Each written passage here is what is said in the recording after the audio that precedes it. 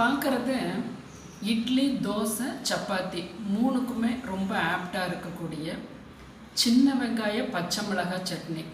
உடனே நீங்கள் அல்சர் நோயாளிகள் இது நமக்கான சட்னி இல்லைன்னு நினைக்க வேண்டாம். கண்டிப்பாக பச்சை மிளகாயை பற்றி, வரமிளகாயை பற்றி நம்ம ஓரளவுக்கு தெரிஞ்சுக்கணும். அல்சர் இருக்கும் காலங்களில் கம்மியாக சேர்த்துக்கலாம். ஆனாலும் அந்த குடலில் இருக்கக்கூடிய கெட்ட கழிவுகளை, பாக்டீரியாஸை அழிக்கக்கூடிய பண்பு இந்த மிளகாய்க்கு இருக்குது. இது எனக்கு டாக்டர் சொன்ன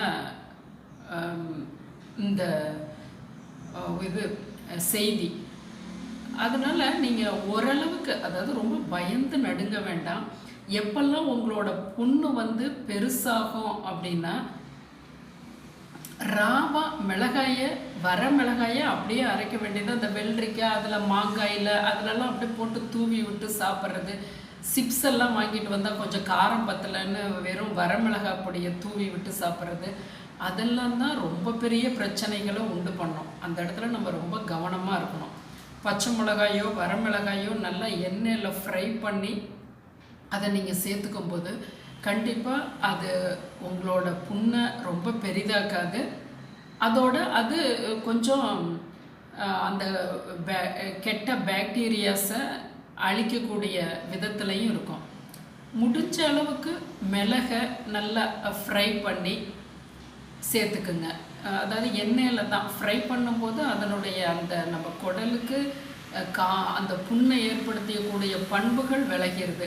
அதுபோல் நீங்கள் பூண்டு சேர்க்கும் போதும் நல்லா ஃப்ரை பண்ணி, எண்ணெயில் ஃப்ரை பண்ணி, இல்லைன்னா பாலில் வேக வச்சு அதுபோல் நீங்கள் சாப்பிட்லாம். இப்போ நம்ம சட்னி சீரீஸ் பார்த்துட்ருக்கோம்.